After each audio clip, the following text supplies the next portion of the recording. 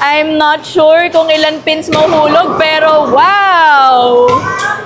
Nakuha na po natin yung memo. Real travels. Value for money. Food trip. Accommodation na sulit. Real travels. Because adventures are the best way to learn. Hey guys, welcome to Real Travels, a travel and adventure show powered by FEBC and Shutterlight Digital. My name is Shaira De La Peña, your travel host and buddy. And for this episode, guys, let's go bowling. So right now, guys, nandito tayo sa Pioneer, Mandaluyong here at Studio 300 para mag-bowling for today's video. Samahan nyo ako, guys, today mag-exercise gamit ang ating mga arms. Check natin kung marunong ba tayo mag-bowling talaga. Mag-check talaga natin dito kung marunong tayo mag-align ng bola para ma-hit yung strike. Ayan. So, dito guys, since nandito tayo sa Studio 300 today, share ko na din sa inyo guys yung mga rates nila. Kasi it's one of the pinaka-pinupuntahan din na sikat na bowling and billiard place just around the metro.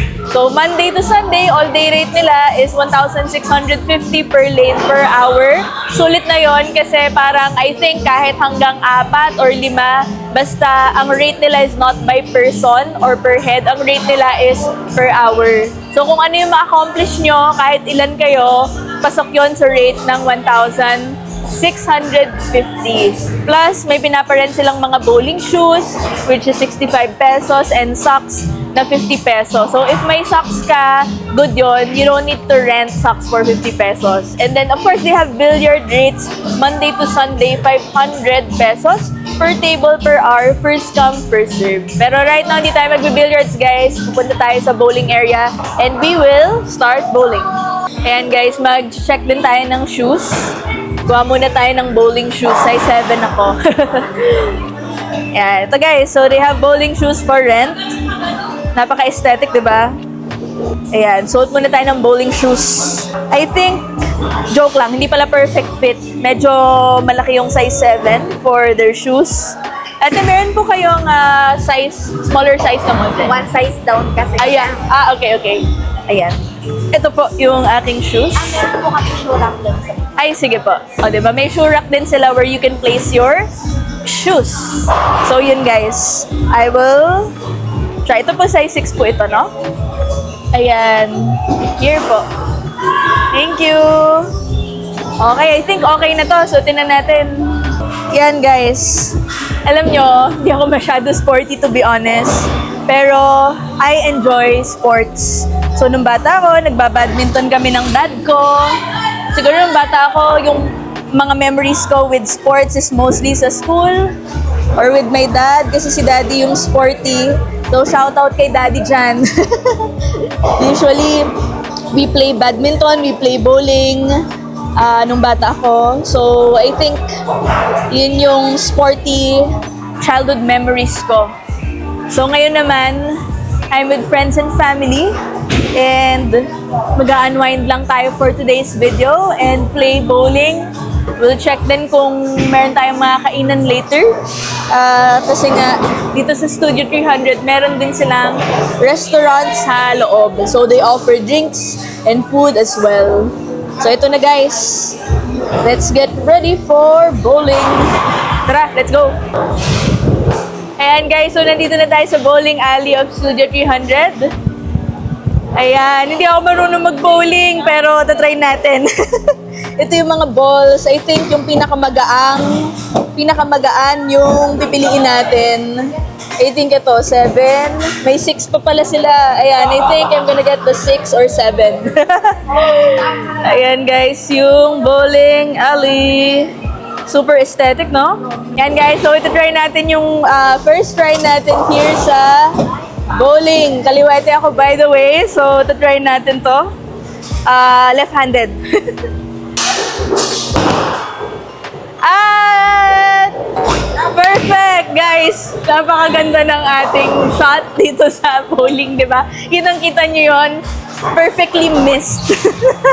We perfectly missed all the pins. So, yun ata yung goal ko. So, siguro next time baliktad naman. Okay, we'll try another one. And guys, so titingnan ko na lang daw yung arrow, sabi ng ating coach. I'll try again. Oh, tingnan natin guys. I-comment nyo kung makaka-shoot ako or not. So, sino makaka-comment ng tama, meron kayong prize. Joke lang. Ayan, so let's try. I'm not sure kung ilan pins mahuhulog, pero wow! Nakuha na po natin yung memo. So kanina we perfectly missed, ngayon we perfectly shot it na. So lahat po ng pins ay nababa po natin. So yun po guys. Always remember kung anong goal guys ha. Isushoot pala yung pins imbis na i-perfectly miss yun. Okay guys, so dito lang tayo sa pinakamagaan kasi sobrang bigat ng iba. Try natin ulit. By the way guys, ang ganda ng Studio 300. In fairness, it's very aesthetic. Not your typical bowling alley. So, try natin. Titingnan daw yung arrow. Tapos, paano ba daw, coach? Ganto? Igaganyan. Isi-swing ba? Isi-swing? Sige, isi-swing daw natin. Ay! I think it perfectly hits the gutter. Yay! Nakapasok sa gutter! Baka may something sa hangin dito sa bowling alley na naiihip, ganon. Ito guys, try naman natin na dito naman tayo medyo sa side na to. Ayan, try natin ulit. At perfect! Yay! Guys, sobrang funny kasi all this time na naglalaro ako, akala ko 6 yung yung size, yung weight ng ball, but it's actually 9. So all this time, akala ko yun yung pinakamagaan, akala ko nanghina ako ng sobra, but then this is actually the pinakamagaan, which is number 7. All this time, I'm playing with the 9. Ito pala yung 7, so mas magaan siya. So, tingnan natin kung makaka-shoot tayo ulit. Ay, strike pala. Woo! Tingnan natin kung makaka-gutter tayo. Yun daw yung goal, guys, sa gutter. Ayan. So, 1, 2, 3, 4. May 4 pa tayo. May 4 pa na pins. Try natin ulit. Sabi nila, tingnan daw yung arrow. So, eto, may pag-asa pa tayo. May 1 more chance pa, guys. Okay, tingnan natin yung arrow.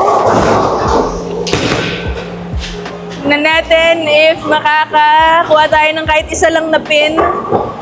Yun, nakadalawa tayo. Okay, medyo nakakabawi tayo guys. Yan guys, yung tally so far. So far, so good guys. Let's go! Number 18! At ayan guys, yung ating score. 18. Ayan, so parang debutant lang, no? So, try natin ulit. Let's see if makaka-strike. Comment below if makaka-strike po tayo tonight. Okay, another round. 1, 2, and 3. Yan. Tingnan natin kung sino makaka-comment kung ilang pins yung matutumba. May premyo. Okay, one more pin. May tawag dun kapag naka-strike sa lahat, tapos may niiwan na pin. Anong tawag dun guys? Comment down below. Alright, let's try one more. Medyo tricky to kasi nasa pinakadulo yung pin and then paano natin papapuntahin dun yung bola? Pa-diagonal ba? Or pa-straight? Let's try diagonal para makita natin yung trajectory ng bola papunta sa pin. Trajectory! Okay, 1, 2, 3, and go! Tingnan natin if makakarating siya dito sa pin. At I think tinabihan lang niya po. So, try natin. Yan guys, sarap din pala magpahinga. Ayan, so nakakailang nachos na din tayo guys. Taran! Kain muna ako ng nachos. Ang generous nila guys sa giniling, oh. Parang pwede nang ulamin. Parang mag-order na ako ng extra rice. Mas madami yung giniling kesa sa nachos, which is a good thing. Well, sulit siya. Sarap? Okay, game. We're halfway through the game. Oh, kala mo varsity. Let us try one more time. Comment ulit kayo guys if makakashoot or hindi. 1, 2, 3, and... Okay. Alright. Paparating na yung bola at nakashoot po tayo. Leaving 1, 2, 3, 4 pins behind. Hopefully, makuha natin yung 4 na pins. Ang maganda lang din sa bowling, guys, it's not an outdoor sport na papawisan ka. Ano lang siya, it's just exercise siya for the arms, ganon. So, let's try one more time. 1, 2, 3, and go. At shoot sa gutter. Joke lang. Ay, tama. Shoot nga sa gutter, guys. Okay, so ito try naman natin yung style kanina, which is, igaganto natin yung bola in between our legs. We'll put it down, and kunwari, papagulong lang natin siya. Let's see kung ilang pins yung matitake down natin by doing that method. Uy! Effective! Try natin ulit. Just roll it like that. And I think it's working papunta sa gutter!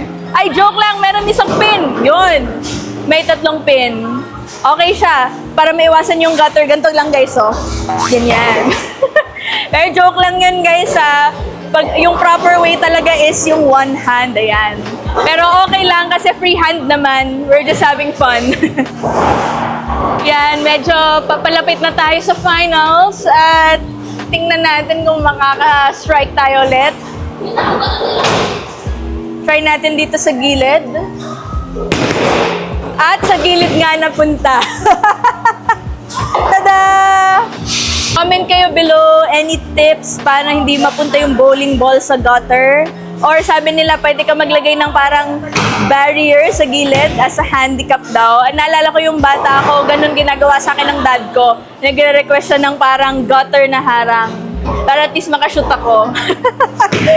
Pero let's try one more time. I think it's a hit or miss gaming dito when you're bowling eh. Either you strike all or you strike none.